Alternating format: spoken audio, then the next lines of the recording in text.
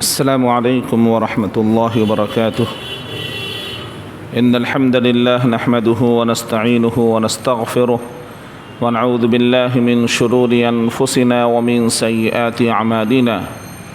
من يهده الله فلا مضل له ومن يضلل فلا هادي له، وأشهد أن لا إله إلا الله وحده لا شريك له، وأشهد أن محمدًا عبده ورسوله.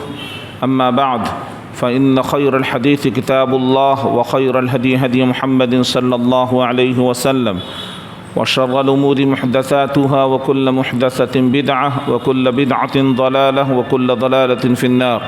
أعوذ بالله من الشيطان الرجيم. بسم الله الرحمن الرحيم. واتقوا فتنة لا تصيبن الذين ظلموا منكم خاصة واعلموا أن الله شديد العقاب. تمام قسم کی تعریفات، حمد و ثنا، کبریائی اور بڑائی صرف اور صرف اس ذات کے لیے لائق و زیبا ہے جو اپنی ذات کے اعتبار سے، اپنی صفات کے اعتبار سے، اپنی الوہیت یعنی عبادت کے اعتبار سے یکتا، تنہا اور بے مثل ہے. نہ تو اس کی ذات میں کوئی شریک، نہ اس کی صفات میں کوئی شریک، نہ اس کی عبادت میں کوئی شریک. وہ یکتا ہے، تنہا ہے، بے مثل ہے. وہ اول بھی ہے اور اخیر بھی، اپنی قدرتوں سے ظاہر بھی اور نظر نہ آنے کی وجہ سے باطن بھی. وہ حی بھی ہے، قیوم بھی، قادر بھی اور قدیر بھی، رحمان بھی اور رحیم بھی، غفار بھی اور ستار بھی، ذو الجلال والاکرام بھی اور ذو العرش المجید بھی. حمد و ثنا صرف اور صرف اس ذات کے لیے ہے جس نے ہمیں آنکھ، کان، دل اور دماغ عطا فرمائی. حمد و ثنا صرف اور صرف اس ذات کے لیے ہے جس نے ہمیں اسلام جیسی عظیم نعمت سے سرفراز فرمایا اور اس نعمت کو قبول کرنے کی صلاحیت و توفیق بخشی. اتنی حمد و ثنا ہو کہ اللہ سبحانہ تعالی راضی ہو جائے. اللہم لک الحمد حمدا کثیرا طیبا مبارکا فی. اور درود و سلام ہو امام الانبیاء، خطیب الانبیاء محمد عربی صلی اللہ علیہ وسلم پر، جو بشیر بھی اور نذیر بھی، صاحب کوثر بھی اور صاحب مقام محمود بھی. اتنا درود و سلام ہو کہ اللہ سبحانہ تعالی راضی ہو جائے. اللہم صلی علی محمد وعلی آل محمد کما صلیت علی ابراہیم وعلی آل ابراہیم انک حمید مجید. اللہم بارک علی محمد وعلی آل محمد کما بارکت علی ابراہیم وعلی آل ابراہیم انک حمید مجید. حضرات گرامی، جیسا کہ اعلان کیا گیا ہے کہ آج کے اس درس کا جو ہمیں موضوع دیا گیا ہے وہ ہے فتنہ ارتداد اور تعلیم نسواں. سب سے پہلے موضوع کی وضاحت کرتا چلوں. فتنہ ارتداد اور تعلیم نسواں. فتنہ یہ لفظ ہے عربی زبان کا جس کا معنی ہوتا ہے ابتلاء و آزمائش، مصائب و آلام. قرآن مجید کے اندر میں متعدد معنی میں اس لفظ کا استعمال ہوا ہے اور احادیث مبارکہ کے اندر میں کثرت سے اس لفظ کا تذکرہ آیا ہے. اور رسول اللہ صلی اللہ علیہ وسلم نے اپنی امہ کو، خصوصاً صحابہ کرام رضی اللہ عنہم کو اور ان کے ذریعے قیامت تک آنے والے لوگوں کو گویا تنبیہ کی ہے، اس سے ڈرایا ہے، اس سے دور رہنے کی تلقین کی ہے، آگاہ کیا ہے. اللہ کے نبی صلی اللہ علیہ وسلم نے ان فتنوں سے ہم تمام لوگوں کو ہوشیار کیا ہے. جیسا کہ ایک روایت میں پڑھتا چلوں، بخاری شریف کے اندر میں یہ روایت مروی ہے. راوی حدیث حضرت اسامہ بن زید رضی اللہ تعالی عنہ بیان کرتے ہیں کہ اشرف النبی صلی اللہ علیہ وسلم على اطم من اطام المدینہ فقال هل ترون ما ارى قالوا لا قال فإني لأرى الفتن تقع خلال بيوتكم كوقع القطر. رواہ البخاری. اللہ کے نبی صلی اللہ علیہ وسلم مدینہ منورہ کے اونچی جگہوں میں سے کسی اونچی جگہ پر تشریف لے گئے، یعنی کسی قلعے پر اللہ کے نبی صلی اللہ علیہ وسلم تشریف لے گئے. آپ کے ہمراہ صحابہ کرام رضی اللہ عنہم بھی تھے. تو آپ صلی اللہ علیہ وسلم نے فرمایا کہ جو اس وقت میں دیکھ رہا ہوں کیا تم بھی دیکھ رہے ہو؟ یعنی اس وقت رسول اللہ صلی اللہ علیہ وسلم کے اوپر اللہ تبارک و تعالی کی جانب سے جو مشاہدہ کرایا گیا اس کے سلسلے میں رسول اللہ صلی اللہ علیہ وسلم صحابہ سے پوچھتے ہیں کہ جو کچھ اس وقت میں دیکھ رہا ہوں کیا تم بھی دیکھ رہے ہو؟ صحابہ نے عرض کیا اللہ ہم نہیں، یعنی اللہ کے نبی صلی اللہ علیہ وسلم ہم ان چیزوں کو نہیں دیکھ رہے ہیں جو آپ دیکھ رہے ہیں. تو آپ صلی اللہ علیہ وسلم نے فرمایا کہ میں فتنوں کو تمہارے گھروں کے درمیان اس طرح گرتا ہوا دیکھ رہا ہوں جس طرح بارش کے قطرے یکے بعد دیگرے گرتے ہیں، اس طرح تمہارے گھروں کے درمیان میں فتنوں کو گرتا ہوا دیکھ رہا ہوں. اللہ کے نبی صلی اللہ علیہ وسلم کے اس جملے سے یہ بات صاف ہو گئی کہ فتنے پہ در پہ نازل ہوں گے. دوسری روایت کے مطابق حضرت معاویہ رضی اللہ تعالی عنہ اس حدیث کے راوی ہیں، ابن ماجہ نے بھی اور دیگر کتب اربعہ کے اندر میں یعنی سنن کی کتابوں کے اندر میں بھی یہ روایت کا تذکرہ موجود ہے. حضرت معاویہ رضی اللہ تعالی عنہ کہتے ہیں کہ میں نے رسول اللہ صلی اللہ علیہ وسلم کو یہ فرماتے ہوئے سنا کہ لم یبق من الدنیا الا بلاء وفتنہ، کہ دنیا کے اندر میں قیامت کے قریب سوائے فتنوں و فسادات کے علاوہ اور کوئی چیز باقی نہیں رہ جائے گی. صحابہ کرام رضی اللہ عنہم اپنے دور کے اندر میں سب سے زیادہ جس فتنے سے ڈرتے تھے وہ فتنہ ایمان کے زوال کا فتنہ تھا، وہ فتنہ ارتداد کا فتنہ تھا. وہ اس سے نہیں ڈرتے تھے کہ کسی کی جان جا رہی ہو، کسی کا خون بہایا جا رہا ہو. یہ سب تو صحابہ کرام رضی اللہ عنہم نے خود اپنے اوپر جھیلا. مشرکین مکہ کی جانب سے جو فتنے ان کے اوپر روا کیے گئے، جو ظلم و زیادتیاں کی گئیں، جو مصائب و آلام کے جو پہاڑ توڑے گئے، اس سے صحابہ کرام رضی اللہ عنہم صبر سے انہوں نے کام لیا، صبر سے انہوں نے کام لیا اور اللہ احد کے نعرے بلند کرتے ہوئے آگے بڑھتے چلے. آخرکار اسلام کا غلبہ ہوا اور اسلام کا پھریرا ہر عالم کے اندر میں لہرا گیا. اور رسول اللہ صلی اللہ علیہ وسلم جس دین کو لے کر آئے تھے اللہ نے اس دین کو غالب کر دیا. لیکن رسول اللہ صلی اللہ علیہ وسلم کے اس خیر کے زمانے کے بعد شر کا زمانہ بڑا ہی قریب آنے والا تھا، جس کے سلسلے میں حذیفہ رضی اللہ تعالیٰ عنہ کہتے ہیں کہ لوگ رسول اللہ صلی اللہ علیہ وسلم سے بھلائیوں کے بارے میں سوال کرتے تھے، خیر کے بارے میں پوچھا کرتے تھے، اور میں رسول اللہ صلی اللہ علیہ وسلم سے شر کے بارے میں دریافت کیا کرتا تھا، اس لیے کہ کہیں وہ شر، کہیں وہ فتنہ میری زندگی کے اندر میں نہ آ جائے. تو حذیفہ رضی اللہ تعالیٰ عنہ بیان کرتے ہیں کہ میں نے اللہ کے نبی صلی اللہ علیہ وسلم سے کہا یا رسول اللہ انا کننا فی جاہلیت و شر فجاءنا اللہ بہذا الخیر. اے اللہ کے نبی صلی اللہ علیہ وسلم ہم لوگ زمانے جاہلیت میں تھے، شرور و فتن کے اندر میں ہم لوگ زندگی گزارا کرتے تھے، اور اس کے اس شر کے زمانے کے اندر اللہ تبارک و تعالی نے آپ کو بھیج کر اس زمانے کو خیر سے تبدیل کر دیا. فجاءنا اللہ بہذا الخیر، تو اللہ تبارک و تعالی نے ہمیں یہ خیر عطا کیا جو زمانہ آپ کا زمانہ. اللہ کے نبی ایک حدیث کے اندر میں بیان فرماتے ہیں خیر القرنی قرنی، کہ سب سے بہترین زمانہ میرا زمانہ ہے. تو صحابہ کہتے ہیں یا رسول اللہ ہم لوگ جاہلیت میں تھے، اللہ نے آپ کے ذریعے ہمیں خیر عطا کیا، کیا اس خیر کے زمانے کے بعد بھی کوئی شر کا زمانہ ہے؟ اللہ کے نبی صلی اللہ علیہ وسلم نے فرمایا کہ ہاں شر کا زمانہ اس خیر کے بعد میں ہے. پھر وہ صحابی نے دریافت کیا، حذیفہ رضی اللہ تعالیٰ عنہ نے دریافت کیا اے اللہ کے نبی صلی اللہ علیہ وسلم اس شر کے بعد کوئی خیر کا زمانہ آئے گا؟ تو آپ صلی اللہ علیہ وسلم نے فرمایا کہ نعم، ہاں اس شر کے بعد خیر کا زمانہ ہے، ولیکن فیہ دخن، لیکن اس خیر کے اندر میں کمزوری ہوگی. صحابہ نے پوچھا یا رسول اللہ کمزوری کیا ہوگی؟ تو اللہ کے نبی صلی اللہ علیہ وسلم نے اس کا جواب دیا کہ ایسی قوم دنیا کے پردے پر ظاہر ہوگی جو میرے طریقے کے علاوہ طریقے پر ہوگی. قوم یہدون بغیر ہدی تعرف منہم وتنکر، یعنی ایسی قوم ظاہر ہوگی جو میرے طریقے کے علاوہ طریقے پر ہوگی. بعض چیزوں کے اندر میں بھلائی اور خیر دیکھو گے، اور بعض چیزیں تمہیں ناپسند ان کی جانب سے ایسی چیزیں ملے گی جو ناپسند ہوگی. بعض خیر کے کام کریں گے لیکن اس خیر کے اندر میں شر کا پہلو بھی چھپا ہوا ہوگا، یعنی بعض چیزوں کو تم ناپسند کرو گے. پھر فرمایا کہ اس کمزوری والے خیر کے بعد بھی کوئی شر کا زمانہ ہے.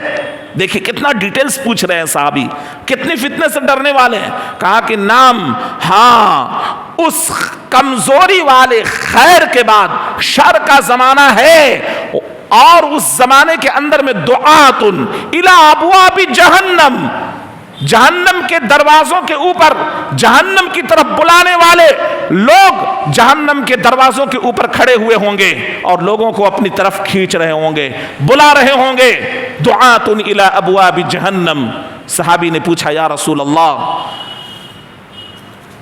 ان کی شکلیں کیا ہوں گی، وہ کون لوگ ہوں گے، ان کی پہچان کیا ہے، ان کا تعارف کیا ہے؟ تو اللہ کے نبی صلی اللہ علیہ وسلم نے کہا ہم من جلدتنا ویتکلمون بالسنتنا، وہ ہماری ہی رنگ و نسل کے لوگ ہوں گے، ہماری زبان بولنے والے ہوں گے، ہماری طرح دکھنے والے لوگ ہوں گے، کوئی دوسرے نہیں ہوں گے، ہماری طرح دکھنے والے لوگ ہوں گے، اور وہ ایسے دعات ہوں گے جو جہنم کی طرف بلانے والے ہوں گے۔ صفہم لنا یا رسول اللہ، کہا اے اللہ کے نبی ان کا اوصاف بیان فرما دیں۔ تو اللہ کے نبی نے کہا ہم من جلدتنا ویتکلمون بالسنتنا، وہ ہماری رنگ و نسل کے لوگ ہوں گے، ہماری ہی زبان بولیں گے۔ صحابی نے پوچھا یا رسول اللہ اگر وہ زمانہ آ جائے اور ایسے دعات سے ہم لوگوں کا سامنا ہو، ایسے دائی حضرات، ایسے بلانے والے، ایسے دعوت دینے والے لوگوں سے ہمارا سامنا ہو، تو اے اللہ کے نبی صلی اللہ علیہ وسلم ہم لوگ کیا کریں؟ یعنی اس شر کے زمانے میں جب ہر طرف جہنم کی طرف بلانے والے لوگ جہنم کے دروازے کے اوپر کھڑے ہو کر کوئی شرک کی طرف بلا رہا ہے، کوئی ارتداد کی طرف بلا رہا ہے، کوئی کفر کی طرف بلا رہا ہے، کوئی فحاشی کی طرف بلا رہا ہے، کوئی کس کی طرف بلا رہا ہے، کوئی دین کا لبادہ اوڑھ کر دین اسلام کے اندر میں تشکیک پیدا کرتا ہے اس کی طرف بلا رہا ہے، شک و شبہات کی طرف بلا رہا ہے۔ الغرض مختلف دائی حضرات نکلے ہوئے اپنی دعوت کے، ہر طرف پرچارک موجود ہیں، آؤ شر کی طرف آؤ، آؤ شر کی طرف آؤ۔ تو ایسے زمانے کے اندر میں اللہ کے نبی صلی اللہ علیہ وسلم ہم لوگ کیا کریں؟ یعنی ہم لوگوں کو کیا حکم کرتے ہیں؟ تو اللہ کے نبی صلی اللہ علیہ وسلم نے فرمایا کہ عمرا کے ساتھ رہنا، مسلم حکمراں جو ہوں، عمرا جو ہوں، خلیفۃ المسلمین جو ہوں، ان سے چمٹے رہنا۔ کہا اللہ کے نبی صلی اللہ علیہ وسلم اور مسلمانوں کی جماعت کو لازم پکڑنا، مسلمانوں کی تلزم جماعت المسلمین و امامہم، مسلمانوں کی جماعت اور ان کے خلفاء کے ساتھ میں رہنا۔ حذیفہ رضی اللہ تعالیٰ عنہ کہتے ہیں یا رسول اللہ زمانہ جب ایسا ہو جائے کہ مسلمان فرقوں میں تقسیم ہو جائے، نہ ان کا کوئی امیر ہو نہ کوئی ان کی جماعت ہو، تو اللہ کے نبی صلی اللہ علیہ وسلم کیا کریں؟ جیسا کہ ابھی ہماری حالت ہے، نہ ہمارا کوئی امیر نہ کوئی ہماری جماعت، سب ٹولیوں میں بٹے ہوئے، سب ٹولیوں میں بٹے ہوئے۔ اے اللہ کے نبی اس زمانے کے اندر میں ہم کیا کریں گے جب مسلمانوں کی نہ کوئی جماعت ہو نہ کوئی خلیفہ ہو؟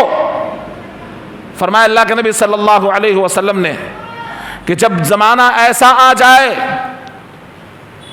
تو تم درختوں کا جڑ چبا کر ہی کیوں نہ رہنا پڑے، تمہیں درختوں کا جڑ چبا کر اور اس کے پتے کھا کر کیوں نہ رہنا پڑے، تمام فرقوں سے الگ ہو جانا۔ جو فرقے بنے ہوئے ہیں ان فرقوں سے الگ ہو کر کس چیز کی طرف آنا؟ قرآن و سنت کو لازم پکڑتے ہوئے۔ یعنی دوسری حدیث سے اس کی تشریح یہ ملتی ہے کہ اللہ کے نبی صلی اللہ علیہ وسلم نے فرمایا ترکت فیکم امرین لن تضلوا ما تمسکتم بہما، کتاب اللہ و سنتی، دو چیزیں چھوڑے جا رہا ہوں، اللہ کی کتاب ہے اور دوسرا رسول اللہ صلی اللہ علیہ وسلم میری سنت ہے، میرا طریقہ ہے۔ جب تک ان دونوں کو لازم پکڑے رہو گے کبھی گمراہ نہیں ہو سکتے۔ تو گمراہی سے بچنے کے لیے آپ کو کرنا کیا ہے کہ بس تمام فرقوں سے الگ ہو جانا اور اللہ کی کتاب محمد رسول اللہ میری سنت کو لازم پکڑنا، چاہے تمہیں درخت کا جڑ چبا کر ہی کیوں نہ رہنا پڑے اور اسی حال میں تمہاری موت ہی کیوں نہ آ جائے، اسی حال میں تمہاری موت ہی کیوں نہ آ جائے۔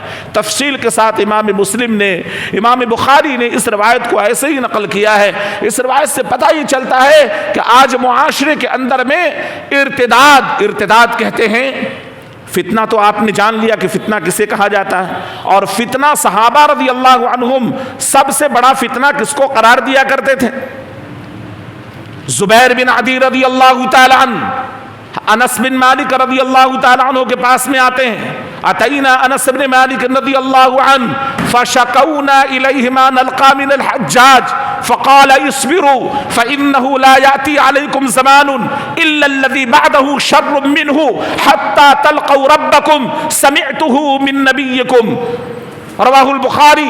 زبیر بن عدی رضی اللہ تعالی عنہ بیان کرتے ہیں کہ ہم لوگ انس بن مالک رضی اللہ تعالی عنہ کے پاس آئے اور حجاج بن یوسف کے جانب سے جس فتنے کے اندر میں ہم لوگ مبتلا تھے، یعنی حجاج بڑے بڑے صحابہ کو قتل کر چکا تھا اور اس طرح اس کا فتنہ روا ہو رہا تھا اور اس طرح مسلمانوں کے اوپر ظلم زیادتی کے پہاڑ توڑے جا رہے تھے، یہ آپس کا فتنہ تھا. آئے انس بن مالک رضی اللہ تعالی عنہ کے پاس اور کہا فشکونا الیہ ما نلقى من الحجاج، حجاج کی جانب سے جو کچھ بھی ہمیں مل رہا تھا، یہ جس فتنے کے اندر میں ہم لوگ مبتلا تھے اس کے بارے میں سوال کیا. تو انس بن مالک رضی اللہ تعالی عنہ نے کہا اصبروا، صبر کرو، جمے رہو، دین پر ڈٹے رہو. اصبروا فانه لا ياتي عليكم زمان، ابھی تک تمہارے اوپر وہ زمانہ نہیں آیا ہے جس زمانے کے جو زمانہ آج کے تمہارے اس زمانے سے کہیں زیادہ برا ہوگا. اور یہ بات میں نے تمہارے نبی محمد رسول اللہ صلی اللہ علیہ وسلم سے سنی ہے اور اللہ کے نبی صلی اللہ علیہ وسلم نے خبردار کیا، فرمایا ستکون فتن القائد فیہا خیر من القائم والقائم فیہا خیر من الماشی والماشی فیہا خیر من الساعی من تشرف لها تستشرفه فمن وجد فیہا ملجأ او معاذا فلیعذ به. رواہ البخاری. حضرت ابو ہریرہ رضی اللہ تعالی عنہ بیان کرتے ہیں کہ اللہ کے نبی صلی اللہ علیہ وسلم نے فرمایا کہ ان قریب فتنے برپا ہوں گے. ستکون فتن القاعد فیہا خیر من القائم، گھر کے اندر میں جو بیٹھا ہوا شخص ہے وہ کھڑے ہونے والے شخص سے بہتر ہوگا، اس لیے کہ بیٹھا ہوا شخص گھر کے اندر میں دبکا ہوا ہے، فتنوں کے زمانے کے اندر میں اپنے گھر کو لازم پکڑا ہے.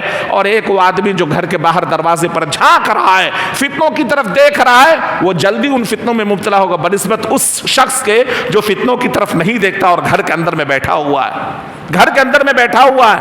تو اللہ کے نبی نے فرمایا بیٹھنے والا شخص کھڑے ہونے والے شخص سے بہتر ہوگا اور کھڑا ہونے والا شخص چلنے پھرنے والے شخص سے بہتر ہوگا جو اپنے گھر کے باہر دہلیز کے اوپر گلی کوچیوں میں چلتے پھرتے ہیں.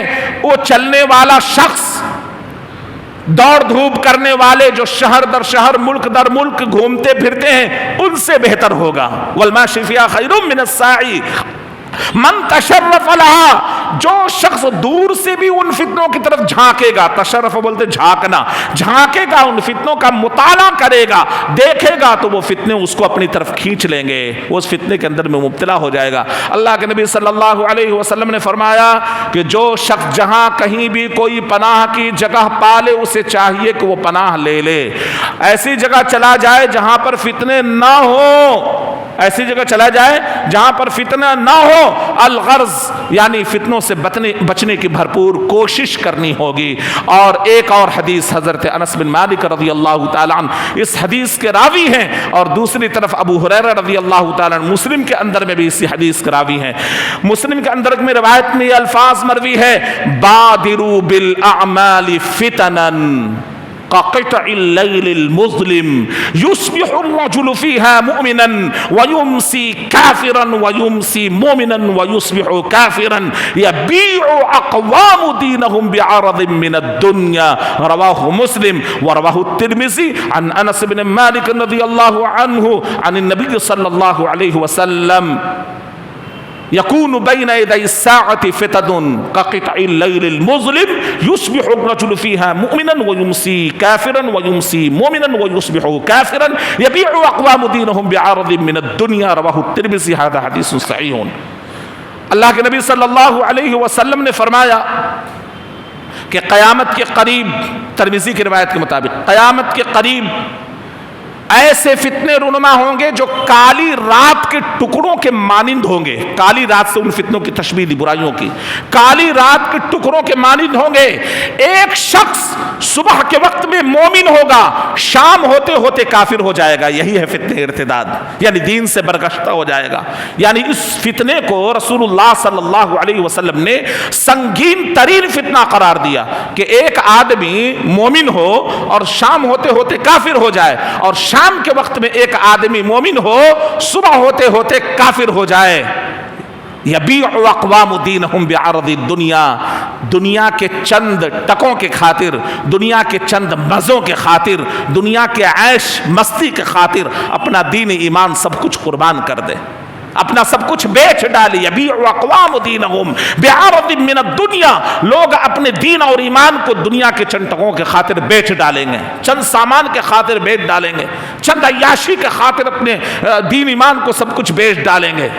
اور ابو ہریرہ رضی اللہ تعالیٰ عنہ روایت کے مطابق اللہ کے نبی نے فرمایا, بادروا بالاعمال فتنا, جلدی کرو عمل کی طرف, سبقت کرو عمل کی طرف, لب کو بادرو, جلدی کرو, بادرو بالاعمال فتنا, ان فتنوں سے پہلے پہلے جو کالی رات کے ٹکڑوں کے مانند ہوں گے کہ ایک وقت صبح کے وقت میں مومن ہوگا, شام ہوتے ہوتے کافر ہو جائے گا, شام کے وقت میں ایک شخص مومن ہوگا, صبح ہوتے ہوتے کافر ہو جائے گا. اللہ کے نبی صلی اللہ علیہ وسلم نے فرمایا کہ ایسے ایام آنے سے پہلے پہلے اعمال کی طرف سبقت کرو. ایسے دن آنے والے ہیں جو دن کا مشاہدہ آج اپنے معاشرے کے اندر میں ہم کر رہے ہیں, جس دن کا مشاہدہ آج ہم اپنے معاشرے کے اندر میں کر رہے ہیں کہ ایک شخص صبح کے وقت میں مومن ہوتا ہے, شام ہوتے ہوتے کافر ہو جاتا ہے.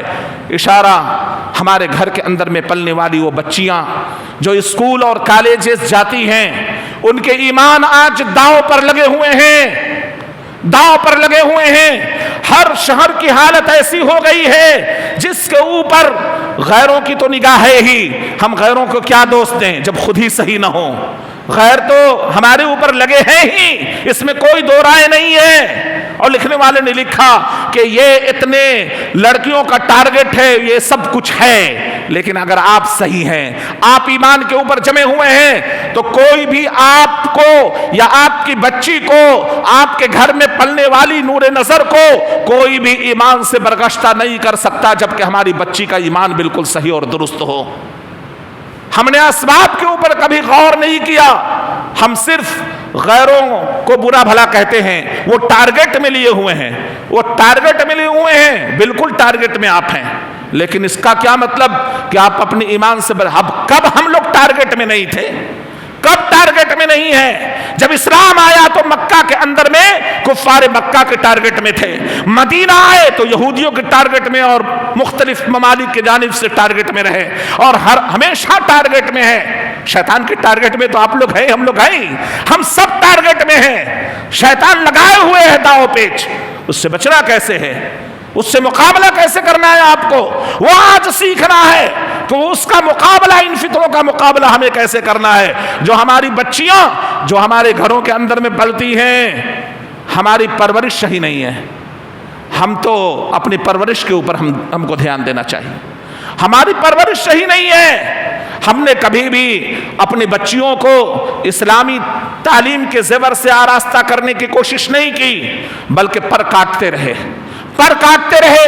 ہماری وہ بچی جو مسجد کے اندر میں آیا کرتی ہے, قرآن پڑھا کرتی ہے, بچی کی عمر 8 سال 10 سال کی ہوئی, ہم نے فوراً اس کے پر کاٹ دیے. مسجد میں نہ جاؤ, وہاں بہت بڑا فتنہ ہے. اسکول اور کالجز کے اندر میں بچیوں کو اسکارٹ پہنا کر بھیجنا, یہ فتنہ گارجین کو نظر نہیں آتا, لیکن مسجد کے اندر میں دینی تعلیم دینے کے لیے وہاں فتنہ نظر آ گیا, وہاں فتنہ انہیں نظر آ گیا. لیکن اپنی بچیوں کو اسی اسکول میں جہاں طاغوت کا پورا جال بچھا ہوا ہے, جہاں شیطان پورے نرغے میں لیے ہوئے ہیں, ان کی طرف اسکارٹ پہنا کر اپنی بچی کو بھیجنے میں ذرہ برابر بھی شرم محسوس نہیں کرتے. لیکن مسجد میں جانے سے بڑا خطرہ ہے. مسجد میں جا کر مولانا صاحب کے پاس میں دین سیکھنے میں بڑا خطرہ نظر آ رہا ہے. ہم نے مکتب کا جال ہی ختم کر دیا. جو مکتب کا مختلف جگہوں پر مکاتب کا نظام الحمدللہ قائم ہے اور وہاں اسکول والی بچیوں کو دین سکھایا جاتا ہے، اس کی طرف ہم نے توجہ نہیں کی، ہم نے توجہ نہیں کی۔ ہماری بچی جس وقت وہ 12 سال کی ہوتی ہے، بگڑنے کے چانسز اس وقت بہت زیادہ ہوتے ہیں، اس کے پاس میں نہ اسلام ہے نہ ایمان ہے، نہ اس کے اوپر کچھ پڑھایا گیا ہے، حرام کیا ہے، حلال کیا ہے، فحاشی کیا ہے، بے حیائی کیا ہے، نہیں جانتی۔ انسان کی طبعی نظام کے اندر میں اللہ تبارک و تعالی نے 2 مادے رکھے ہیں، طبعی نظام کے اندر میں 2 مادے رکھے ہیں، وَنَفْسٍ وَمَا سَوَّاهَا فَأَلْهَمَهَا فُجُورَهَا وَتَقْوَاهَا۔ اللہ تبارک و تعالی نے فسق و فجور کا بھی مادہ ہمارے دلوں کے اندر میں اور ہماری بچیوں کے دلوں کے اندر میں، انسانوں کے اندر میں، چاہے مرد ہو یا عورت ہو، طبعی طور پر 2 مادے رکھے۔ تقوی کا بھی مادہ اللہ نے رکھ دیا، بچنے کا، کیسے آپ کو پرہیز کرنا ہے، دینداری کا مادہ بھی رکھا ہوا ہے، اور دوسری طرف فسق و فجور کا مادہ بھی آپ کے اندر میں ڈالا ہوا ہے۔ وائرس اور اینٹی وائرس دونوں ڈالے ہوئے ہیں آپ کے اندر میں، استعمال آپ کے اوپر ہے، ایکٹیو کرنا کس کو ہے وہ آپ کو دیکھنا ہے کہ ہم کس چیز کو ایکٹیو کر رہے ہیں۔ ظاہر بات ہے کہ مادہ دونوں ہے، اور ایکٹیو آپ نے صرف برائی والی چیزوں کو کیا ہے، اور اس کے اندر میں تقوی والے مادہ تھا، اس کی طرف آپ نے دھیان نہیں دیا، یا اپنی بچوں کو اس کے اوپر آمادہ نہیں کیا، اس کے اوپر نہیں ابھارا، تو یہ بچیاں دین سے عاری، اللہ کے خوف سے عاری۔ الا انما یخشی اللہ من عبادہ العلماء، جو جاننے والے ہوتے ہیں وہی اللہ تعالیٰ سے زیادہ ڈرتے ہیں۔ تقوی کسے کہتے ہیں؟ تقوی اس لیے کہتے ہیں، تقوی ہر جگہ کام آنے والی چیز ہے، یاد رکھیں۔ ہم اکیلے میں ہوں، تنہائی میں ہوں، اور کوئی دوسری سے ہمارے سامنے بیٹھی ہوئی ہو، وہاں پر سمجھ میں آتا ہے تقوی کیا ہے۔ وہاں پر اگر اللہ نے آپ کو بچا لیا اور اپنے آپ کی حفاظت آپ نے کی، صرف آپ کے ساتھ میں آپ کا تقوی ہے، وہاں پر کوئی چیز نہیں ہے بچنے کی، صرف آپ کے پاس میں تقوی ہے۔ ہماری یہ بچی اسکول جاتی ہے، وہاں اس کو شکار کیا جاتا ہے، کوئی آتا ہے اس کے پاس کرم فرمائی فرما دیتا ہے، کچھ کر دیتا ہے اس کے ساتھ میں، کوئی بھلائی کا کام کر دیا، کچھ گفٹ دے دیا۔ ہماری وہ بچی جو اسکول میں جانے والی ہے، کوچنگ میں پڑھنے والی ہے، اور کوئی غیر مسلم لڑکا اس کو گفٹ دے دے، یا اس کا راستہ اچھے سے چھوڑ دے، اس کو بیٹھنے کے لیے آفر کرے وغیرہ، اس کے پاس میں تقوی کا کوئی معیار نہیں ہے، تقوی کا معاملہ ایکٹیو نہیں ہے، وہ اپنے آپ کو بچا نہیں سکتی، وہ مبہوت ہو جاتی ہے، وہ اس سے متاثر ہو جاتی ہے، وہ یہ سمجھتی ہے کہ بس یہ ہمارا خیر خواہ ہے، وہ ہمارا خیر خواہ ہے، بس اس کی گرفت کے اندر میں پڑتی چلی جاتی ہے، جس کا نتیجہ یہ ہوتا ہے کہ اس کی محبت میں اتنی پاگل ہو جاتی ہے کہ اپنے گھر بار کو چھوڑنے کے اوپر آمادہ ہو جاتی ہے۔ جس گھر والے نے اس کی پرورش کی، اس کو دودھ پلایا، پالا پوسا، بڑا کیا، اور تعلیم کا انتظام کیا، یہاں تک کہ اعلیٰ تعلیم کے لیے وہ کالجز کے اندر میں، اسکولوں کے اندر میں اور کوچنگ کے اندر میں جب پڑھائی کرنے کے لیے گئی، اس کے پاس میں تقوی کا کوئی معیار نہیں تھا، کوئی ہتھیار نہیں تھا جس سے مقابلہ کرتی، اس لیے کہ آپ نے دین نہیں دیا ان کو، دنیا کی طرف بہتے رہ گئے، بھاگ رہے دنیا کی طرف۔ اور ہمیں پتہ ہے عربوں کے اندر میں ساری برائیاں موجود تھی کہ نہیں موجود تھی، سارے شرور و فتن موجود تھے کہ نہیں موجود تھے۔ اور جب رسول اللہ صلی اللہ علیہ وسلم کے اوپر پہلی وحی نازل ہوتی ہے، پہلی وحی رسول اللہ صلی اللہ علیہ وسلم کے اوپر نازل ہوتی ہے، تمام فتنے اپنی جگہ پر موجود ہیں، تمام شرک، بت پرستی، بدعت و خرافات، فحاشی، زناکاری، ننگا پن، سب کچھ، ساری چیزیں، دنیا بھر کے جرائم، کیا کہا جا رہا ہے؟ اقرأ باسم ربك الذي خلق خلق الإنسان من علق اقرأ وربك الأكرم الذي علم بالقلم علم الإنسان ما لم يعلم۔ یہ بات کہی جا رہی ہے، اور اس وقت کی دنیا کے تمام ادیبوں کو اکٹھا کیا جاتا، تمام دانشوروں کو بیٹھایا جاتا، تمام اس وقت عقل رکھنے والے لوگوں کو اکٹھا کیا جاتا، بفرض محال اکٹھا کیا جاتا اور کہا جاتا کہ سوچو کہ اس وقت کے ماحول میں آسمان و زمین کا جو رشتہ قائم ہونے والا ہے، سب سے پہلی وحی کون سی نازل ہوگی؟ تو شاید کہ اس وقت کے دانشور حضرات یہ فیصلہ نہیں کر سکتے تھے کہ اس وقت جو وحی نازل ہوگی وہ لفظ اقرا سے اس کی شروعات ہوگی۔ کیوں؟ جڑ کاٹ دیا گیا، سیدھے جڑ کاٹ دیا گیا۔ تعلیم ہی ایسی چیز تھی جس سے تمام باطل کا ستیہ ناش ہونے والا تھا. اقرا پڑھیے بسم ربک الذی خلق. وہ تعلیم مقصود نہیں تھا جو اپنے اشعار کا مقابلہ کیا کرتے تھے، وہ تعلیم مقصود نہیں تھا. جس کے اندر میں اپنے قبیلوں کی تعریف ہوا کرتی تھی، وہ تعلیم مقصود نہیں تھا. بڑے بڑے زباندار بھی موجود تھے، بڑے بڑے ادبا، فصحاء، فلغاء سب موجود تھے، لیکن اس تعلیم کو تعلیم نہیں کہا گیا، اس کو علم نہیں کیا. پڑھے لکھے عرب کے اندر میں لوگ موجود تھے. اللہ کے نبی صلی اللہ علیہ وسلم اپنے سلسلے میں کہتے ہیں میں انا بقاری لست بقاری، میں پڑھا ہوا نہیں ہوں. فرشتہ کہتا پڑھیے اقرا بسم ربک الذی خلق، اپنے پروردگار کے نام سے پڑھیے. چونکہ اس وقت علم تو تھا لیکن علم کا رشتہ رب سے ٹوٹ چکا تھا. علم کا رشتہ رب سے ٹوٹ چکا تھا. اب وہاں پر علم کا رشتہ رب سے جوڑا جا رہا ہے. جب علم کو یاد کیا گیا تو اس کو رب سے اس علم کو جوڑ دیا گیا. رب کی معرفت سب سے پہلے پڑھانی ہے. پڑھو بسم ربک الذی خلق، اپنے پروردگار کے نام سے پڑھو. یعنی آپ کی تعلیم کی شروعات کہاں سے ہونی چاہیے؟ بسم ربک سے ہونی چاہیے. سب سے پہلے اپنے بچوں کے اپنے رب کی معرفت کروائیے. اس کو اللہ کا ڈر نہیں تو کسی کا ڈر نہیں. اگر ہماری ان بچیوں کو اللہ کا خوف نہیں تو کسی کا پھر خوف نہیں. ماں باپ کا بھی خوف نہیں، کسی کا بھی خوف نہیں. وہ خوف عارضی ہوتا، وہ خوف کچھ نہیں، بس ایک چیز ہوتی ہے جو ختم ہو جاتی ہے. لیکن رب کا جو خوف آتا ہے وہ دائمی ہوتا ہے. بسم ربک الذی خلق، اسی ٹوٹے ہوئے رشتے کو جوڑا جا رہا ہے. آج بھی ہمارے بچیوں اور ہمارے مکتب اور ہمارے معاشرے کے اندر میں تعلیم تو ہے لیکن بسم ربک نہیں ہے. رب کی معرفت نہیں سکھائی جا رہی ہے. ہمارے بچوں کو کچھ پھلوں کے نام رٹا دیے جاتے ہیں، کچھ جانور کے نام رٹا دیے جاتے ہیں، کچھ یہ پڑھا دیا جاتا ہے، کچھ الفاظ سکھا دیے جاتے ہیں وغیرہ وغیرہ. نہیں پڑھایا جاتا تو بسم ربک نہیں پڑھایا جاتا. عبارت خوانی ہو رہی ہے لیکن بسم ربک کی معرفت نہیں ہے، اللہ کی معرفت نہیں ہے، رب کا اسم کی معرفت نہیں ہے. تمہارا پروردگار کون ہے یہ نہیں بتایا جا رہا ہے، یہ نہیں بتایا جا رہا ہے. اس کے پاس علم ہے ہی نہیں، وہ جانتی نہیں کہ اللہ کا خوف، اللہ کے بارے میں کوئی تعارف نہیں تو اس سے خوف کیا کھانا. اللہ کا تعارف ہے نہیں، آپ نے کرایا نہیں، خود آپ جانتے نہیں تو اپنے بچیوں کو اور اپنے بچوں کو کیسے رب کی معرفت سکھائیں گے؟ کیسے اس کے اندر میں تقویٰ ہے؟ کیسے بن دیکھے اللہ تبارک و تعالیٰ سے ڈرے؟ ہدی للمتقین الذین یؤمنون بالغیب. غیب پر کون لوگ ایمان لانے والے ہوتے ہیں؟ جو متقی ہوتے ہیں، پرہیزگار ہوتے ہیں. الذین یؤمنون بالغیب، اور وہی نماز کو قائم کرنے والے ہوتے ہیں، وہی زکوٰۃ دینے والے ہوتے ہیں، وہی اپنے مالوں میں سے خرچ کرنے والے ہوتے ہیں. وہی متقی وہ ہوتے ہیں جو اللہ تبارک و تعالیٰ کی نازل کردہ چیزوں کے اوپر ایمان لانے والے ہوتے ہیں. وہی لوگ ہوتے ہیں جو آخرت کے اوپر یقین کرنے والے ہوتے ہیں. اور ایسے ہی لوگ دنیا اور آخرت میں کامیاب و کامران ہیں، ایسے ہی متقی لوگ. تو اس وقت جو رشتہ ٹوٹا ہوا تھا تو بسم ربک سے اقرا بسم ربک الذی خلق کے ذریعے اس رشتے کو جوڑ دیا گیا اور یہ بتا دیا گیا کہ آپ کو جو امت حاصل ہونے والی ہے وہ امت صرف طالب علم نہیں ہوگی بلکہ علم کی اشاعت کرنے والی ہوگی، علم کو پھیلانے والی ہوگی. اور ہم کیا بنے؟ علم ہم ہی خود بھول گئے. پہلا پاٹ اور پہلا سبق جو ہمیں پڑھایا گیا تھا اقرا بسم ربک الذی خلق، اس سبق کو ہم نے ہی فراموش کر دیا. بسم ربک الذی خلق، خلق الانسان من علق.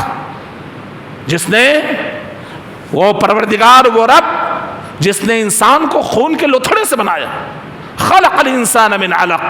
اقرا وربک الاکرم، پڑھیے اور آپ کا رب بڑا کریم ہے. پھر پڑھنے کو کہا گیا اور کہا جا رہا ہے کہ آپ کا رب بڑا کریم ہے جس نے قلم کے ذریعے علم سکھایا. پھر دیکھیے علم کی بات آ رہی ہے، قلم کے ذریعے علم سکھایا. الذی علم بالقلم علم الانسان ما لم يعلم. انسان کو وہ باتیں بتلائیں جس سے انسان ناواقف تھا. قلم کا تذکرہ اس ماحول میں کیا جا رہا ہے جس ماحول کے اندر میں آپ عرب کے دیوان پڑھتے چلے جائیں. قلم کا تذکرہ عربی شاعر کے اندر میں بڑا کم ہی آیا ہے، چونکہ قلم سے وہ لوگ زیادہ علم کو نہیں لیا کرتے تھے، وہ لکھنے کا کام نہیں کیا کرتے، سماعت ہوا کرتی تھی ان کے یہاں. قلم کے ذریعے قلم کی اہمیت کو بڑھایا گیا. جس نے قلم کے ذریعے علم سکھایا. یہ قلم ہی تھا جس نے صحیفوں کو محفوظ رکھا، اور آنے والے زمانے کے اندر بھی اسی کے استعمال سے علم محفوظ رہ سکتا ہے، اور انسان کو وہ باتیں بتلائیں جس سے انسان ناواقف تھا. تو پروردگار نے جو ہمیں پیدا کیا ہے، اس پروردگار کا اگر تعارف ہمارے اندر اور ہمارے بچوں کے اندر میں نہیں ہے تو انسان نہیں، وہ درندہ صفت انسان ہے. رب کی معرفت نہیں، وہ درندہ صفت انسان ہے. وہ اکیلے میں درندگی اختیار کرے گا. ہماری بچیاں اسکول اور کالجز میں جائیں گی تو وہ انسان نہیں رہیں گی، شیطان کے کارندوں میں سے کارندہ رہیں گی. شیطان کی سمجھ لیجئے کہ رہنمائی میں پوری طور پر جائے گی، اور جو شیطان کی رہنمائی میں جائے اس کی اللہ کی حفاظت اس کی ہو سکتی ہے؟ جو تقوی اختیار کرنے کے لیے کہا گیا وہ تقوی کا علم اسے مل سکتا ہے؟ ہم نے پر کاٹ دیے، ہم نے اس کی پرورش ہی نہیں کی، بلکہ فتنہ میں جانے کا ہم نے موقع دیا. اور آج سر پیٹ رہے ہیں کہ ہماری بچیاں گھر سے بھاگ رہی ہیں. آج سر پیٹ رہے ہیں کہ ہمارے شہروں سے تقریباً 100 بچی گیا سے نکل گئی، 150 بچی پٹنہ سے نکل گئی، اور اس طرح سے ہر مہینے کی تعداد بڑھتی چلی جا رہی ہے.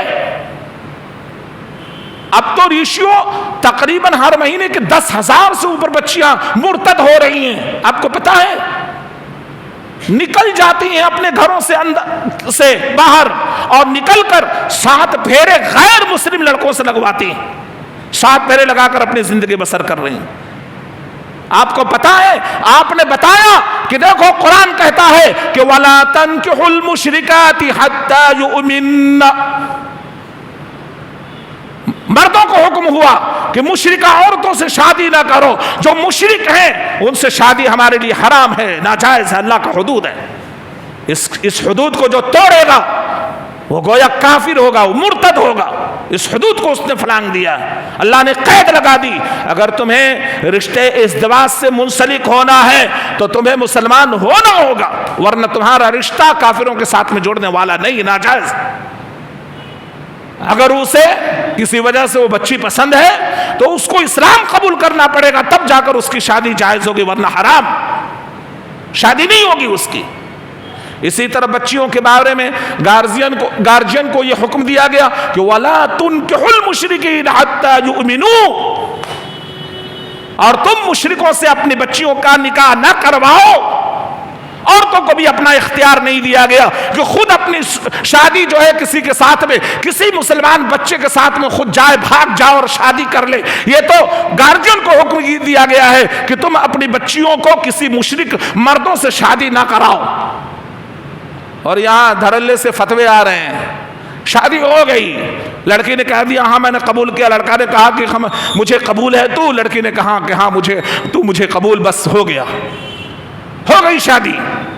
اللہ کے نبی کی حدیث ہے، حدیث سنیے کہ جو عورت اپنا نکاح بغیر اذن ولی یہاں کر لیتی ہے، بغیر ولی کی اجازت کے، فنکاحها باطل، فنکاحها باطل باطل.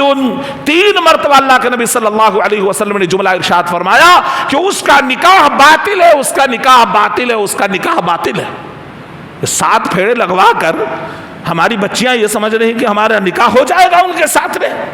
ارے حرام ہوگا.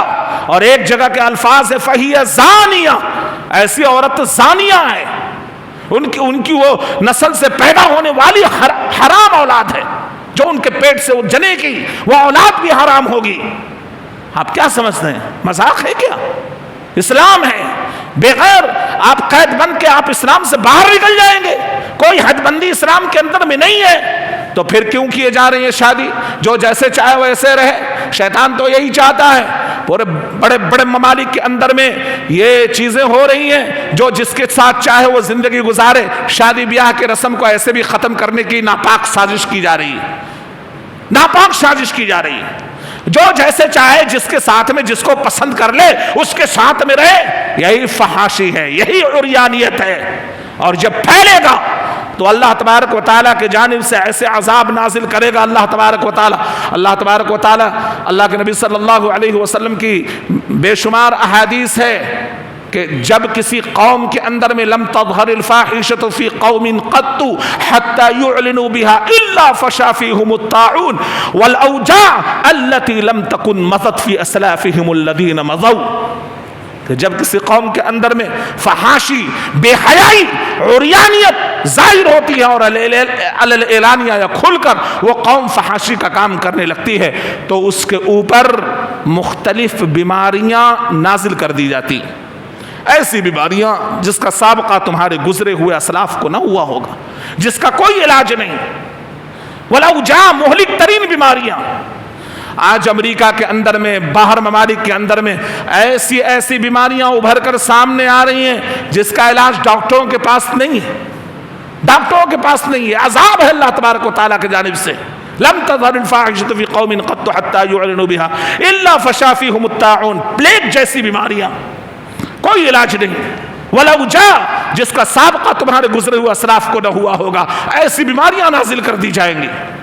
یہ نکاح کا بہترین قانون جو اللہ نے ہمارے نبی محمد رسول اللہ صلی اللہ علیہ وسلم کے ذریعے ہمیں عطا فرمایا ہے اور ہر قوم کو عطا کیا تھا ان کے نبی کے ذریعے، وہ قانون، وہ رشتے ازدواج ہے جس سے منسلک ہو کر انسان پاکیزہ زندگی کی طرف بڑھتا ہے اور اس میں اللہ تبارک و تعالیٰ برکت عطا کرتا ہے۔ لیکن اللہ کے حدود کو پھلانگ کر کوئی اگر آگے بڑھتا ہے، اور یہی نہیں بلکہ اللہ کے جو عائد کردہ حدود ہیں، مثلا دو بہنوں کو آپس میں نکاح میں جمع نہ کرو، یعنی بیوی ہے اور بیوی کی بہن کو نکاح میں جمع کر لیا، یعنی بیوی سے شادی کر لی، اس کی بہن سے شادی کر لی، اور ایسا معاشرے کے اندر میں نے دیکھا۔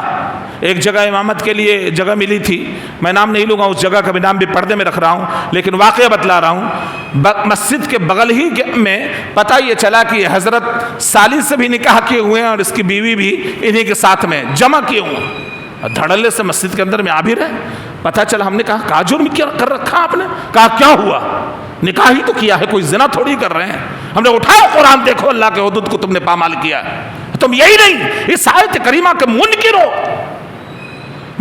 تم، حدود کو پھلانگا ہے تم نے، اللہ کے حدود کو جو اللہ نے حد مقرر کر دیا۔ دو بہنیں آپس میں ایک جگہ جمع نہیں ہوں گی، ہاں ایک بہن نکاح میں ہے، وہ کسی وجہ سے طلاق دے دے یا وہ بہن کا انتقال ہو جائے، عدت گزر جانے کے بعد میں اس کی شادی اس کی بہن سے ہو سکتی ہے اگر طلاق دیا، یا بہن مر گئی تو آزاد ہے اس کا جو تب وہ اس کی بہن سے اپنی یعنی سالی سے شادی کر سکتا ہے، نکاح کر سکتا ہے، لیکن جمع نہیں کر سکتا، ایک ساتھ نہیں رہ سکتا۔ اللہ کے حدود ہیں، تو غیر مسلموں سے شادی کی اجازت اللہ کیسے دے سکتا ہے؟ کیسے دے سکتا ہے؟ اللہ نے قرآن میں صاف کر دیا کہ نہیں، مومن عورت مومن مرد کے لیے اور مشرک عورتیں مشرک مرد کے لیے، اللہ نے صاف واضح کر دیا، مشرکوں کے لیے، مومنوں کے لیے، خبیث کے لیے، طیب کے لیے۔ اب کیسے اس کو جوڑا جا رہا ہے؟ معاشرے کے اندر میں کیا تماشا کیا جا رہا ہے؟ فون آ رہا ہے، اماں ہم نے مندر میں جا کر 7 پھیرے کاٹ لیے ہیں، اب یہ ہمارے پتی ہیں، یہ پتی ہے، یہ تو اللہ کے حدود کو تم نے پامال کر دیا، فتنے ارتداد کے اوپر چلے گئے۔ یہی فتنے ارتداد ہے جس کا تذکرہ آج کے درس کے اندر میں کیا جا رہا ہے۔ ارتداد یعنی لوٹ جانا، دین سے دور ہو جانا، برگشتہ ہو جانا۔ اب وہ کیا کرائے گا؟ سب سے پہلا کام تو کفریہ یہ کرایا کہ آگ کو ساکشی مان کر یعنی اس کو کچھ مان کر اس کے سامنے پھیرے لیے۔ 7 پھیرے لینے کے بعد میں سب سے پہلا شرک تو اسی کیا کہ آگ کے سامنے پھیرے لگائے اور آگ کو ساکشی مانا، یعنی یہ مانا کہ آگ ہمارا یہ نکاح کے اندر میں گواہ ہے۔ یہ گویا آگ کے سامنے آگ کو ہم نے معبود ٹھہرا لیا اور اسی کے سامنے ہم نے 7 پھیرے لگا لیے، اب ہمارا نکاح جنم جنم کے لیے ہم ایک ساتھ ہو گئے۔ میاں بیوی کہاں جا رہی ہے ہماری قوم؟ کہاں جا رہی ہیں ہماری یہ بچیاں؟ کس سوچ کی طرف آمادہ ہیں؟ کس چیز کو اختیار کرنے کے چکر میں لگی ہوئی ہیں؟ کیا انہیں اللہ کا خوف نہیں ہے؟ کیا مر جانے کا خوف نہیں ہے؟ ومن اعرض عن ذکری فإن له معیشة ضنکا ونحشره یوم القیامة اعمى قال رب لم حشرتنی اعمى وقد كنت بصیرا قال كذلك اتتك آیاتنا فنسیتها وكذلك اليوم تنسى. خوف نہیں ہے؟ عالم برزخ کے اندر میں، دنیا کے اندر میں بھی ایسے لوگ جو اللہ کے حکم یا اللہ کے ذکر سے برگشتہ ہوتے ہیں، اللہ کے دین سے برگشتہ ہوتے ہیں، رحمان کے ذکر سے برگشتہ ہوتے ہیں. ومن اعرض عن ذکری فإن له معیشة ضنکا. تو وہ کیا سمجھ رہے ہیں کہ ہماری زندگی خوشحال ہو جائے گی؟ اللہ نے کہہ دیا کہ اس کی زندگی تنگ کر دیں گے. معیشتاً ضنکا، دنیا بھی برباد کر دیں گے اور آخرت بھی اس کی برباد ہو جائے گی. ایک لڑکی جو یہاں سے خوش خرم ہو کر اپنے اس دوست کے ساتھ میں، اس غیر مسلم دوست کے ساتھ میں بھاگتی ہے، وہ غیر مسلم دوست اس کو اپنے نکاح میں لیتا ہے، پھر اس کے ساتھ میں زنا کرتا ہے، اس کا ساتھی بھی اس کے ساتھ میں زنا میں ملبوس رہتا ہے، اور اس کے بعد اس لڑکی کو ٹکڑے ٹکڑے کر کر پھینک دیا جاتا ہے. یہ سارے نیوز آپ کے سامنے، یہ نیوز آپ کے سامنے. معیشتاً ضنکا، آپ نے اللہ کے در کو چھوڑا، اللہ کے قانون کو چھوڑا، اور آپ کے ساتھ میں دنیا آپ کی تنگ کر دی گئی کہ آپ کو کاٹ کاٹ کر کر ٹکڑے ٹکڑے کر دیا گیا، اور آپ کی دنیا بھی تباہ اور آپ کی آخرت بھی تباہ. سمجھ رہے؟ ہم نے نیکی کا کام کیا، گئی ساری ہوس ایک دن میں نکل گئی. معیشتاً ضنکا. جو اللہ دماغ بگاڑ دے تو کون ہے اس کے دماغ کو صحیح کرنے والا؟ اللہ ہی بگاڑتا ہے. کہ اس نے اللہ کے ساتھ میں بغاوت کی ہے، اس بچی نے قانون کا النگھن کیا ہے، اللہ اس کے ساتھ میں ویسے ہی فیصلہ کرے گا. اس کی زندگی دنیا کی ہم تنگ کر دیں گے، اللہ کا وعدہ ہے. لکھ لیجئے کسی پنے پر، ہماری وہ بچیاں جو سن رہی ہیں وہ لکھ لیں کہ اگر اللہ کے قانون کے خلاف اگر ہماری کوئی بچی اپنے گھر سے قدم باہر نکال دیتی ہے، لکھ لے وہ کہ اس کی زندگی کو اللہ تنگ کر دے گا. اور جب اللہ زندگی کو تنگ کر دے تو کوئی اس کی زندگی کو بچانے والا پھر نہیں. معیشتاً ضنکا. مفسرین نے لکھا ہے کہ اس کی قبر کی زندگی بھی تنگ کر دی جائے گی. معیشتاً ضنکا سے مراد کیا ہے؟ کہ اس کی قبر والی جو زندگی ہے، مرنے کے بعد. کیا سمجھ رہی ہماری بچیاں؟ ہم کو ہمیشہ ہمیشہ رہنا ہے، ہمیں ہمیشہ ہمیشہ رہنا ہے، کبھی مرنا نہیں ہے، موت کبھی نہیں آئے گی، قبر کے اندر میں ہم نہیں جائیں گے، دنیا کے اندر میں ہمیشہ ہمیشہ عیش کرتے رہیں گے. اپنے اس دوست کے ساتھ میں کب تک عیش عیاشی رہے گی؟ بچے ہوئے، حرام کے تو بچے ہو گئے، اور پھر اس کے ساتھ میں زندگی بھی تنگ، ساری عمر روتی رہی، پھر بھی اس کی توبہ قابل قبول نہیں. جب تک کہ وہ پورے طور پر وہ لوٹ نہ آئے اسلام کی طرف، اور پھر سے وہ کلمہ پڑھ کر مسلمان اور ساری چیزوں کو چھوڑ نہ دے، اس وقت تک وہ نہیں ہو سکتے. پھر بھی وہ زندگی بھر روتی رہے گی. تو اس کا خمیازہ اللہ کرے کہ معافی ہو، لیکن بڑی ایسے لوگوں کی واپسی بڑی کم ہوتی ہے. یا تو وہ مار دی جاتی ہیں، یا تو اس کی زندگی تباہ ہو کر دنیا کے اندر میں وہ اسی طرح گھٹکتے گھٹکتے مر جاتی ہیں. قبر کی زندگی اب آئیے، معیشتاً ضنکا، اس کو ہم تنگ کر دیں گے. ایسے فحاش، ایسے بے حیا شخص کے سلسلے میں اللہ کے نبی صلی اللہ علیہ وسلم کو باضابطہ دکھلایا گیا، معراج کے موقع پر مشاہدہ کرایا گیا. ایک ایسے کنویں کا مشاہدہ جو صحیح حدیث کے اندر میں موجود ہے، جس کنویں کے اندر میں ایک آگ ہے جو پورے کے پورے طور پر ننگے مرد اور عورت اس کنویں کے اندر میں موجود ہیں، اور اس کو آگ اوپر کرتی ہے، پھر نیچے لے جاتی ہے، پھر وہ آگ اس کو اوپر کرتی ہے، پھر نیچے لے جاتی ہے. اللہ کے نبی صلی اللہ علیہ وسلم نے فرمایا، جبرائیل یہ کون لوگ ہیں جن کی یہ بری دشا ہو رہی ہے؟ کون لوگ ہیں؟ اتنی خطرناک بری دشا کن کی ہو رہی ہے؟ کہا کہ یہ وہ دنیا کے اندر میں وہ فحاش بے حیا عورت اور مرد جنہوں نے اختلاط مرد و زن کو جائز سمجھ کر عورت اور مرد تعلقات کو دنیا کے اندر میں استوار رکھا. ایک گرل فرینڈ، بوائے فرینڈ یہ فحاشی کی طرف دعوت دینے والی جو ہمارے پاس میں یہ پوری کمپنی لگی ہوئی ہے اور پورے طور پر موبائل فراہم کیا جا رہا ہے، گارڈین حضرات بھی لگے ہوئے ہیں کہ آؤ ہمارے جتنا گمراہ ہونا ہو جاؤ، یہ موبائل اینڈرائڈ سیٹ لے لو، اب تمہارا میٹرک ہو چکا ہے، اب گمراہی باقی رہ گئی ہے، لو گمراہی کا یہ دروازہ ہم تمہارے لیے کھول دیتے ہیں۔ اینڈرائڈ سیٹ میٹرک کے بعد میں اس کو دے دیا جاتا ہے، اور لڑکی کسی سے تعلق قائم کرتی ہے اور رات بھر اس سے بات کرنے میں گزار دیتی ہے، یہاں تک کہ اس کی پوری زندگی بھی برباد ہو رہی ہے، دنیا بھی برباد اور آخرت بھی برباد ہو رہی ہے۔ دیکھیے کہ کیسا برزخ کے اندر میں ایسے عورت، ایسے مرد اور ایسے بچیوں کا ٹھکانہ برزخ کے اندر میں ہے کہ برزخی زندگی کے اندر میں ایسے آگ میں رکھا جاتا ہے جو آگ اوپر کرتی ہے پھر نیچے لے جاتی ہے۔ اللہ کے نبی نے کہا کہ کون لوگ ہیں جن کا ان کا برا ٹھکانہ ہو رہا ہے؟ کہا کہ یا رسول اللہ، یہ آپ کی امت کے وہ افراد ہیں جنہوں نے اختلاط مرد زن کو جائز سمجھ رکھا تھا، مرد و زن کو جائز سمجھ رکھا تھا۔ فحاشی اور عریانیت اور بے حیائی کیوں پھیلتی ہے؟ علم نہ ہونے کی بنیاد پر۔ علم نہیں ہے کس سے پردہ ہے، کس سے ہمیں پردہ نہیں ہے، یہ علم نہیں ہے، علم نہیں ہے۔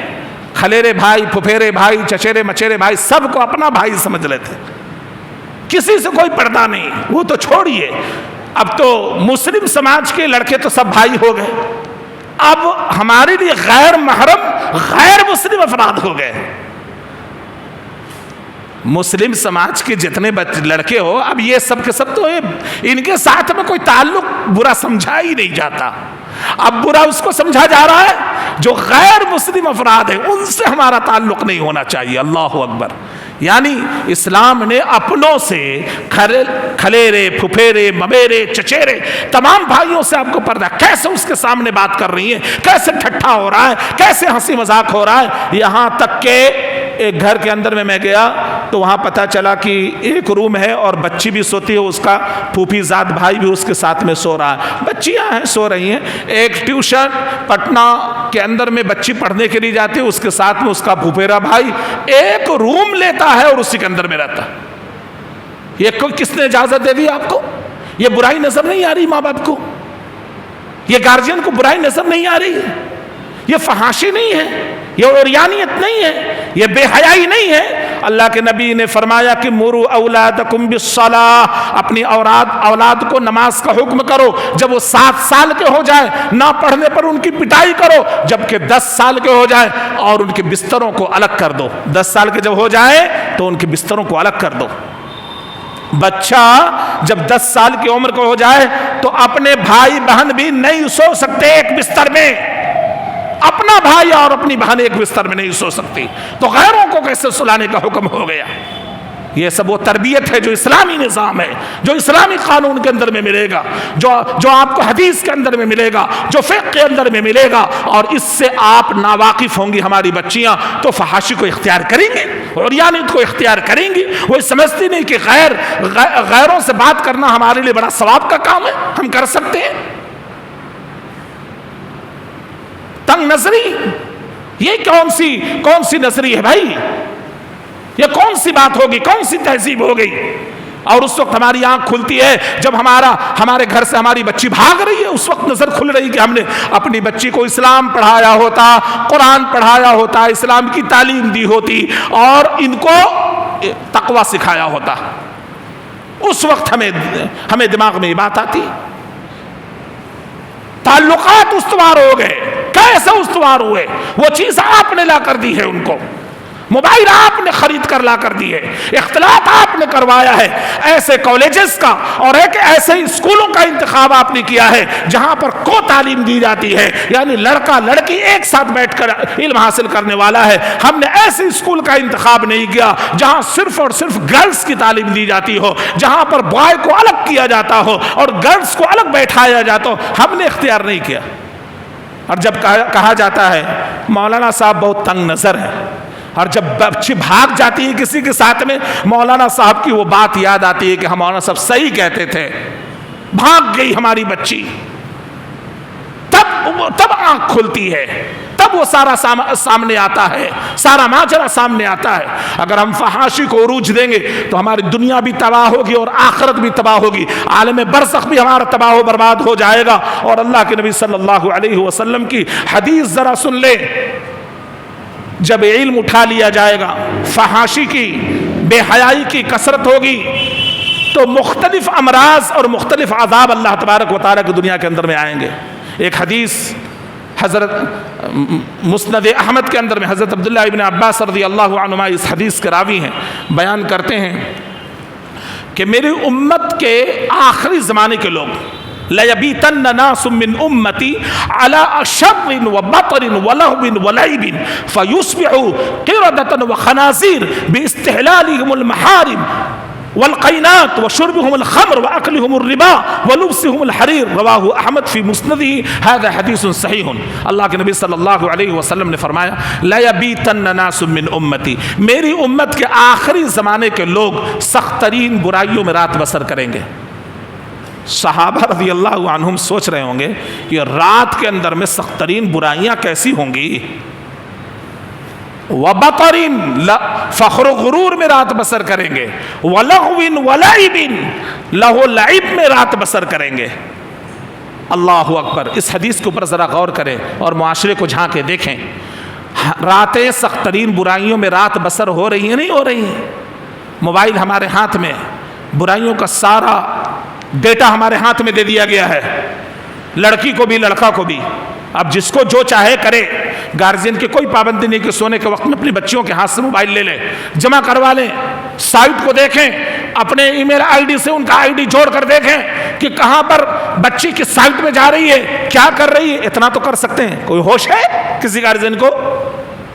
بھائی اگر آپ نے اپنے ای میل آئی ڈی سے اپنی بچی کا آئی ڈی بنا کر موبائل کو ٹرانسفر دیتے ہیں، تو جو بچی سرچ کر رہی ہوتی ہے آپ کے موبائل کے اوپر شو کرے گا کہ ہماری بچی کس ڈیٹا میں جا رہی ہے۔ کہا آپ نے کیا یہ کام؟ کیا آپ نے؟ نہیں کیا۔ بچی رات بھر، یا ہمارے بچے اسٹوڈنٹ جو لڑکے ہوئے رات بھر برائیوں میں رات بسر کر رہے ہیں، اور ہوش اس وقت آتی ہے جب برائیاں آپ پار ہو جاتی ہے، سر کے پار ہو جاتی ہے، تب ہوش آتا ہے۔ آپ نے کوشش کی اس برائی سے روکنے کی، سب سے پہلے ذمہ داری کن کی تھی؟ گارجین حضرات کی تھی۔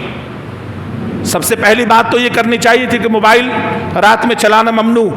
آپ موبائل کو سیدھے جمع کرتے اپنے پاس میں، اس کے بعد جاؤ سونے کے لیے۔ یہ گھر کے اندر میں تربیتی نظام آپ نے قائم کیا، اور نہیں قائم کیا تو آج سیکھ لیں کہ ہمیں گھر کے اندر میں تربیتی ماحول قائم کرنا ہے۔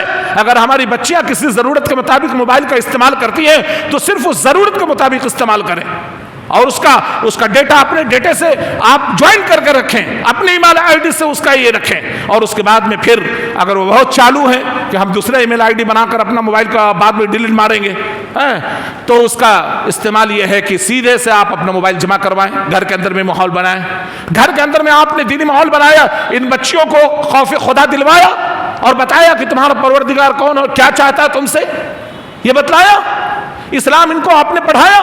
تو گھر کے اندر میں تعلیمی نظام کو آدھا گھنٹہ، 24 گھنٹے کا پورا وقت ہے، آدھا گھنٹہ اللہ کے لیے ان کو پڑھائیے، ان کو سکھائیے، ان کو بتائیے، ان کو ارکان اسلام ایمان وغیرہ بتائیے، ان کو بتائیے کہ ارتداد کیا ہے، ان کو بتائیے کفر کیا ہے، ان کو بتائیے اسلام کیا ہے، ان کو بتائیے فتنہ کیا ہے، ان کو بتائیے فساد کیا ہے، ان کو بتائیے فحاشی بے حیائی اور عریانیت کیا ہے، اور اس کا انجام دنیا اور آخرت میں کیا ہونا ہے، ان کو ہی بتائیے۔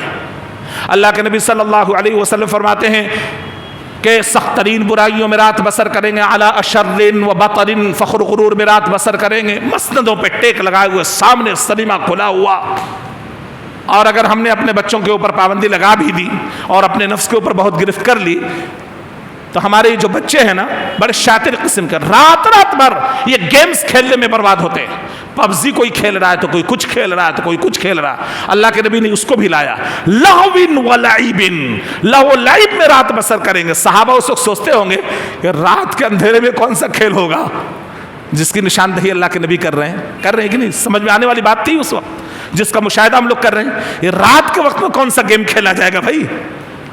مست ہیں بچے۔ ہم نے کہا ہم نہیں فحاشی نہیں کرتے، کچھ گیم کھیلتے ہیں، اور گارجین خوب خوش، نہیں، ہمارا بچہ غلط سائٹ پر نہیں جاتا، ہمارا بچہ تو گیم کھیلتا ہے، گیم میں ہے، اور ہم مطمئن رہتے ہیں۔ لیکن اللہ کے نبی نے کہا وَلَهْوٍ وَلَعِبٍ، دیکھیے آگے، فَيُصْبِحُوا قِرَدَةً وَخَنَازِيرَ، تو اچانک ان تمام لوگوں کو آخر زمانے کے اندر میں بندر اور خنزیر کی شکل میں تبدیل کر دیا جائے گا، عذاب آنے والا ہے۔ یہ اللہ کے نبی صلی اللہ علیہ وسلم نے دھمکی دی ہے ان تمام لوگوں کے لیے جو لوگ گیم کھیلتے ہیں، برائیوں میں رات بسر کر رہے ہیں، جن کے موبائل پر فحاشی اور عریانیت چل رہی. اور آگے دیکھیں کہ انہوں نے حرام چیزوں کو اپنے لیے حلال سمجھ لیا تھا، اس وجہ کر باستحلالہم المحارم، حرام چیزوں کو اپنے لیے حلال سمجھ جانے کی وجہ کر انہیں بندر اور خنزیر کی شکل میں تبدیل کر دیا جائے گا. فیصبحوا قردۃ وخنازیر باستحلالہم المحارم والقینات، ناچنے گانے والی لڑکیاں. واضح کر دیا اللہ کے نبی نے، ناچنے گانے والی لڑکیاں. کہاں ہیں ہمارے نوجوان؟ والقینات وشربہم الخمر، نشاور اشیاء. کتنے نوجوان برباد ہیں نشاور اشیاء کے ذریعے. کوئی ٹیبلٹ کھا رہا ہے، کوئی انجیکشن دلوا رہا ہے، کوئی پاؤڈر لے رہا ہے، تو کوئی پی رہا ہے. کچھ نہ ملے تو چلے گئے بھائی کورکس کھانسی والی دکان پہ 4-5 بوتل کھانسی کی دوا پی رہا. پاگل بنے ہوئے ہیں. کہیں سے سکون چاہیے اور قرآن کہتا آؤ سکون یہاں ہے. الا بذکر اللہ تطمئن القلوب، اللہ کے ذکر کے اندر میں سکون ہے. بس اللہ کے ذکر کے اندر میں سکون. باستحلالہم المحارم والقینات وشربہم الخمر واکلہم الربا، سود خوری. سود خوری میں مبتلا. سود کو سود نہیں سمجھا جا رہا ہے، مزین بنا کر معاشرے کے اندر میں سود کو پیش کیا جا رہا ہے. مختلف کمپنیاں آ گئی ہیں، سودی کمپنیاں، اور سب جگہ سود کو عام کر رہی ہیں. پیسے کو ڈبل کر دیں گے، ہم یہ کر دیں گے، وہ کر دیں گے، ہمارے پاس میں 100 روپیہ دو ہم 10,000 تم کو دے دیں گے، وغیرہ وغیرہ. یہ کیا ہے؟ یہ تماشا ہے. یہ ساری چیزیں ہو رہی دنیا کے پردے پر. سودی کاروبار. واکلہم الربا ولبسہم الحریر، ریشمی لباس. یعنی الغرض حرام چیزوں کو اپنے لیے حلال سمجھ جانے کی وجہ کر بندر اور خنزیر کی شکل میں یہ لوگ تبدیل کر دیے جائیں گے. اللہ کا عذاب آئے گا. اور یہ کس کا فرمان ہے؟ رسول اللہ صلی اللہ علیہ وسلم کا فرمان ہے. ہوش کے ناخن لینے کی ضرورت ہے. میں نے قرآن مجید کی ایک آیت کریمہ پڑھی، واتقوا فتنۃ لا تصیبن الذین، بچو ان فتنوں سے جو صرف انہی لوگوں کے اوپر واقع نہیں ہوگا جنہوں نے ظلم کیا ہے، بلکہ ہر خاص و عام کو اپنے لپیٹ میں لے لے گا. یعنی جب اللہ کا عذاب آئے گا تو کوئی بچنے والے نہیں ہیں. لہٰذا آپ کو برائیوں سے بچنا ہے، تب اللہ کے عذاب سے آپ محفوظ رہ سکتے ہیں. اگر برائیوں سے آپ نے نہیں بچا تو پھر اللہ کا عذاب، اللہ تبارک و تعالیٰ کی جانب سے ابتلا اور آزمائش آپ کے اوپر آئے گی اور آپ کا اس کا مقابلہ نہیں کر سکتے. مقابلہ صرف علم کے ذریعے سے کر سکتے ہیں، عمل کے ذریعے سے کر سکتے ہیں، پھر تربیت کے ذریعے سے کر سکتے ہیں. اپنے گھروں کے اندر میں علمی نظام قائم کیجئے. اپنے گھروں کے اندر میں مخلوط معاملے کو نہ رکھیے. اپنے گھر کے اندر میں شرم و حیا کو باقی رکھیے اور بے شرمی کو اپنے گھر سے نکالیے. اور پھر اسی طریقے سے موبائل کے اوپر اپنے گھر کے اندر میں بچیوں کا جائزہ لیتے رہیے. اور ہر آدمی ہوشیار رہے کہ کہیں نہ ہمارے گھر سے بچی کا جنازہ اٹھ جائے، کہیں نہ ہمارے گھر سے کوئی بچی رخصت نہ ہو جائے. ہر آدمی خبردار رہے. اور پورے طور پر جال بچھا دیے گئے ہیں. ٹارگٹ میں مسلم بچیوں کو لے لیا گیا ہے. ان کے پاس میں کوئی ہتھیار نہیں ہے، ان کے پاس میں دین نہیں ہے، ان کے پاس میں اسلام نہیں ہے. دین پڑھاؤ بیٹی بچاؤ، دین پڑھاؤ بیٹی بچاؤ، یہی آج کا سبق ہے جو یاد کر لینے کی ضرورت ہے. اللہ تعالیٰ سے دعا ہے کہ اللہ تبارک و تعالیٰ ہم تمام لوگوں کو کہنے و سننے سے زیادہ عمل کرنے کی توفیق عطا فرمائے. آمین یا رب العالمین.